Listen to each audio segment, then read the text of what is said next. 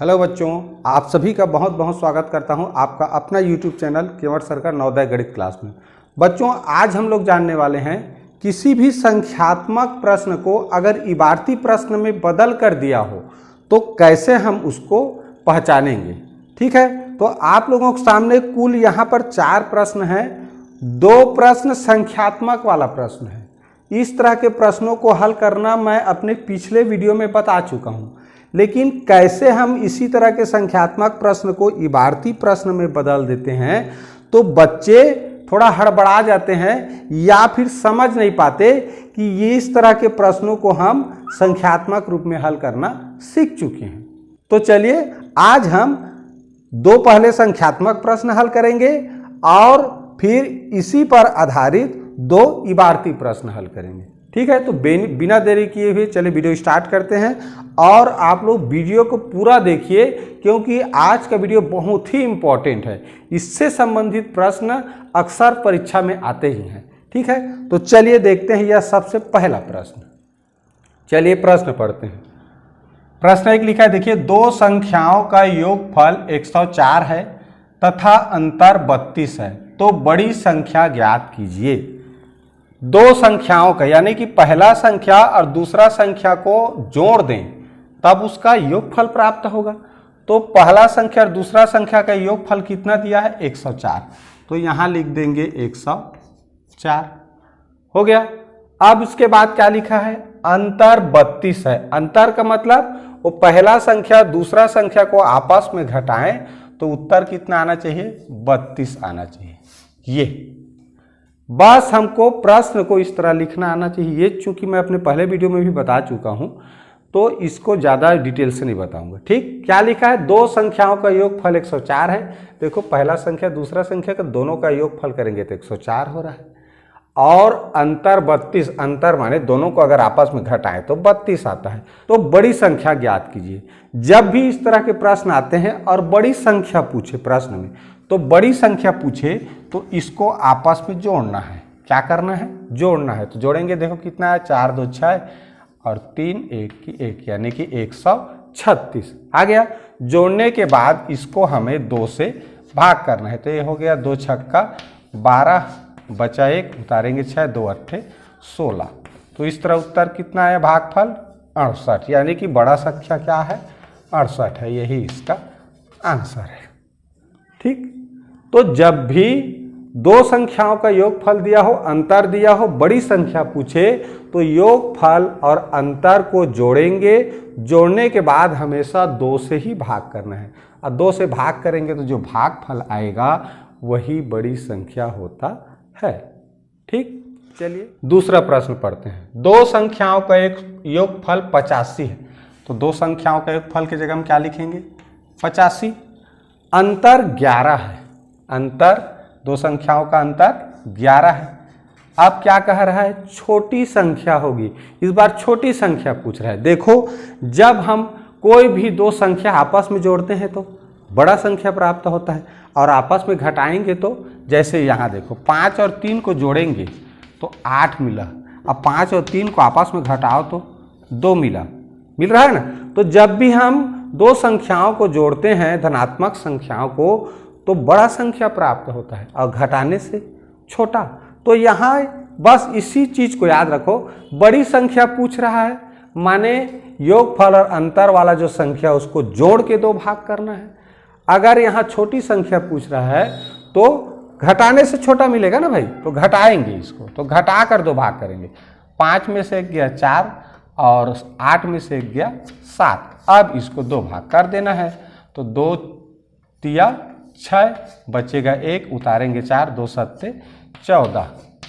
क्या बचा भागफल हमारा? 37। तो यही क्या हो जाएगा? सबसे छोटी संख्या क्या हुआ? 37। ये हो जाएगा प्रश्न दूसरा का आंसर। समझ में आ गया होगा प्रश्न।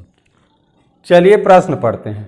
राम ने अपने दोनों पुत्रों लव व कुश को कुल 100 सोने की मुहरें दी। ये सोने के पहले सिक्के चलते थे राजा महाराजाओं के ज़माने में। तो उस सोने के सिक्कों को ही, जैसे आजकल जो सिक्के चलते हैं ना 5 रुपए के, 1 रुपये 2 रुपये के, वैसे ही पहले जो सिक्के बने होते थे वो सोने के बने होते थे, सोना के। तो उनको मुहरे कहा जाता था, ठीक है, राजा जमाने में। तो इस तरह जो राम था, राजा राम, उसने अपने पुत्र थे उसके 2, लव और कुश, उसको 100 सोने की मुहरें दी। लव को बड़े होने के नाते, लव बड़ा था कुश छोटा था, तो लव बड़ा है करके उसको 12 मुहरें अधिक दिए। तो बताओ कुश को कितने सोने के मुहरें दिए, यानी कि लव को तो ज़्यादा दिया लेकिन कुश को कितना सिक्का मिला, ये जानना है। तो यहाँ एक चीज़ ध्यान में रखना है, लव बड़ा है तो लव को 12 मुहरें अधिक दिया और कुश को 12 मुहरें, स्वाभाविक सी बात है, कम मिला होगा जितना भी मिला होगा। तो कुल मिलाकर कितना दिया, 100। अब देखो यहीं पर हमको जानना है, लव और कुश को दोनों को मिलाकर कुल कितना दिया था, 100। कितना, 100 सोने के मुहरे, ठीक। राम ने अपने दोनों पुत्रों लव और कुश को कुल 100 सोने के मुहरे दिए, मतलब लव और कुश दोनों को मिलाकर, यानी दोनों को दिया हो। अब कह रहा है कि लव को बड़े होने के नाते 12 मुहरें अधिक दी।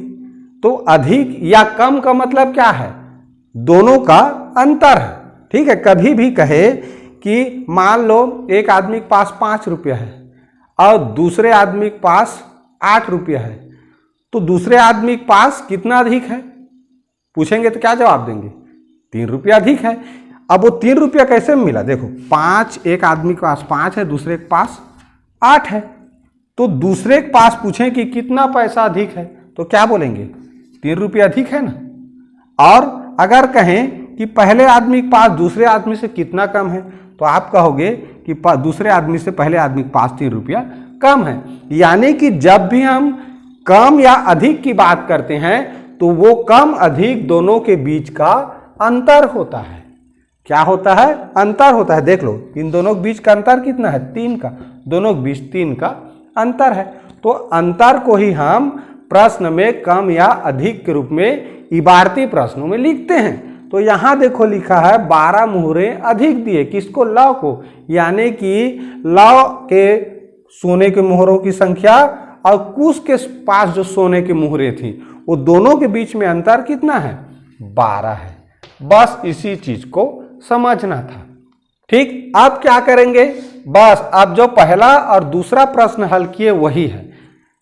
2 संख्याओं का योगफल जान रहे थे, 2 संख्याओं का अंतर जान रहे थे, तब क्या करते थे, बड़ी संख्या जानने के लिए जोड़कर 2 भाग किए, छोटी संख्या जानने के लिए घटाकर 2 भाग किए। तो यहां देखो ज्यादा लव को दिया, कुश को कम दिया, क्यों, 12 मुहरे अधिक दिए, किसको, लव को बड़े होने के नाते। तो किसका पूछ रहा है, कुश का, तो कुश का तो कम होगा ना, लव को ज्यादा दिया तो कुश का कम होगा। इसका मतलब कम होगा माने छोटा संख्या जानना है।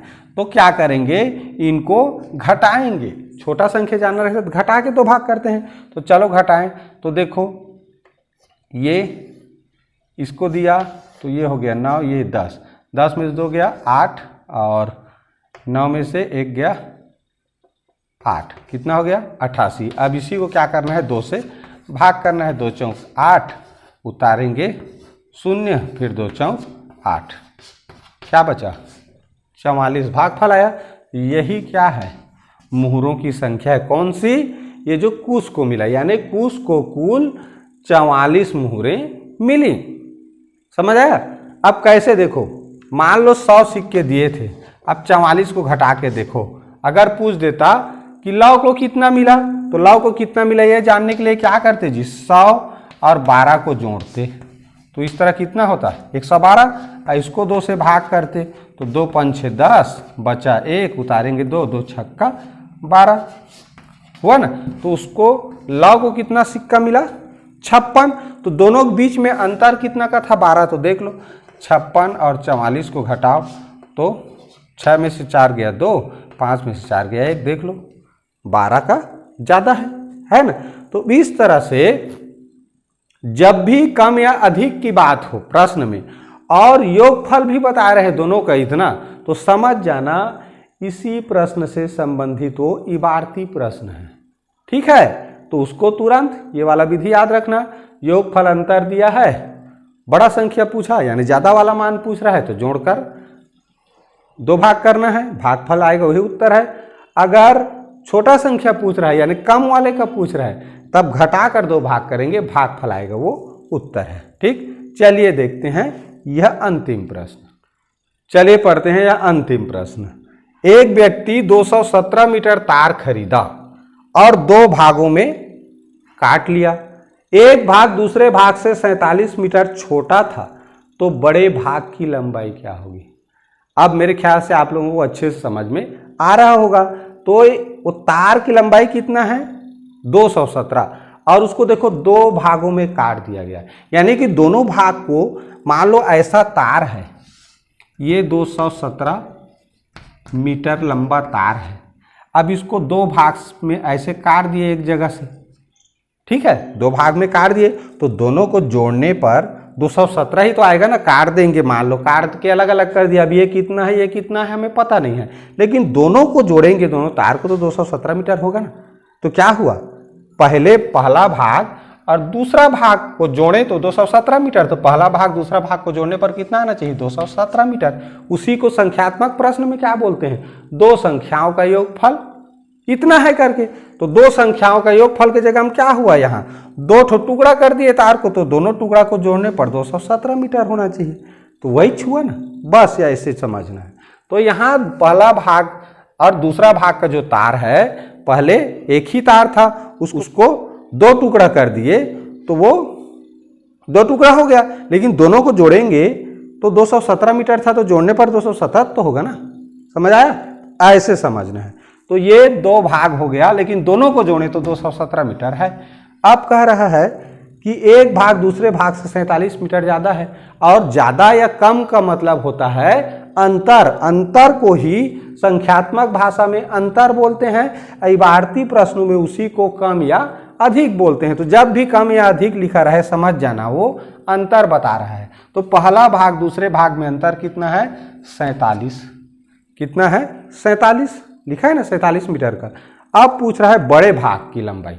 बड़े भाग की लंबाई कह रहा है, माने बड़ी संख्या पूछ रहे हैं। तो बड़ी संख्या के लिए क्या करते हैं अभी बताए हैं। बड़ी संख्या जानना है तो बड़ा प्राप्त करने के लिए जोड़ना पड़ेगा। 7 7 14, 4 1 5, 5 1 6, 2 की 2। इस तरह हमें संख्या मिल गया। अब इसको क्या करेंगे? 2 भाग करेंगे। 2 से 2 1 कम, 2 उतारेंगे 6, 2 तिया 6, उतारेंगे 4, 2 दूने 4। हमें क्या उत्तर मिला? 132। तो 132 मीटर जो बड़ा वाला भाग था, बड़े वाले भाग की जो तार की लंबाई है, उसका माप होगा 132 मीटर। ठीक, मान लो छोटा जानना रहता, सिंपल सी बात, क्या करते? 217 में 47 को घटाते, तो ये कितना हो गया? 7 में 7 गया 0, 21 में से 4 जाएगा, क्या बचेगा? 17 बचेगा।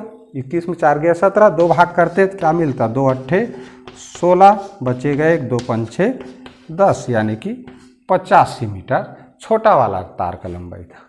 ठीक, 2 भाग टूट गया, तो 2 भाग में काट दिए उसको। तो इस तरह देख लो, जोड़ के इसको उत्तर वही आएगा।